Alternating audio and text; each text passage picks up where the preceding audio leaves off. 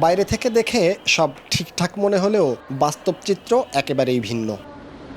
চিকিৎসা সেবার মান বাড়াতে বিশ্বব্যাংকের অর্থায়নে 2020 সালে যাত্রা শুরু করা একটি প্রকল্পের মাধ্যমে 2023 সালে গোপালগঞ্জ জেনারেল হাসপাতালে নির্মাণ করা হয় 10 শয্যার নিবিড় এই পরিচর্যা কেন্দ্র বা আইসিইউ। কিন্তু জনবল সংকট সহ নানা জটিলতায় অকার্যকর ইউনিটটি।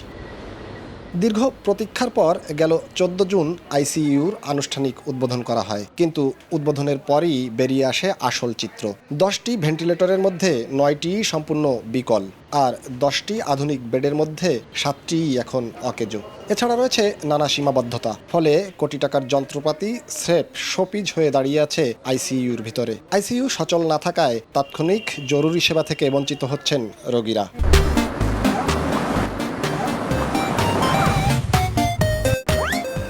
ভেন্টিলেটর একটা ভালো মেশিন, কিছু কিছু সমস্যা আছে, একদম নষ্ট হয়ে গেছে। বিশেষ প্রয়োজনের ক্ষেত্রে রিফার করা খুলনাতে, ঢাকাতে। আইসিইউটা আমরা একটু ভালো চাই, যা দেখে স্বয়ং উদ্বোধক স্থানীয় সংসদ সদস্য ক্ষোভ ধরে রাখতে পারেননি। এদিকে সীমাবদ্ধতা থাকলেও দ্রুত সমস্যা সমাধানের কথা জানান হাসপাতাল কর্তৃপক্ষ। 2020 সালে যন্ত্রপাতি ক্রয় করছে, সবকিছু করছে, একেবারে বাজে অকেজো সবচেয়ে ভুয়া যন্ত্রপাতিগুলো এখানে দিয়ে গেছে। এইটা আমরা এখন আমাদের স্বাস্থ্যমন্ত্রী, মাননীয় স্বাস্থ্যমন্ত্রীর মাধ্যমে কারা দেশে, কারা সাপ্লাই দিয়েছে, এইগুলো আমরা বিচার চাই।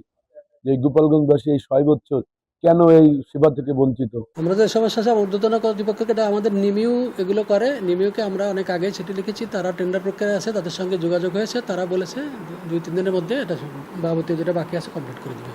জরুরি রেসপন্স ও মহামারী প্রস্তুত প্রকল্পের মাধ্যমে বাস্তবায়ন হয় ক্রিটিক্যাল কেয়ার বা নিবিড় পরিচর্যা কেন্দ্রটি। জেলা শহরের এই হাসপাতালে আইসিইউ সেবা মিলবে এমনটাই আশা ছিল স্থানীয় মানুষের। ভেন্টিলেটর সহ বিভিন্ন সরঞ্জাম নষ্ট থাকায় মুমূর্ষু রোগীকে নিয়ে স্বজনদের ছুটতে হচ্ছে ঢাকা কিংবা খুলনায়। অনেক সময় পথেই ঝরে যাচ্ছে মূল্যবান প্রাণ। কোটি টাকার আধুনিক চিকিৎসা সরঞ্জাম থাকলেও কমেনি এই অঞ্চলের মানুষের অবর্ণনীয় ভোগান্তি। জয়ন্ত শিরালি, সময় সংবাদ, গোপালগঞ্জ।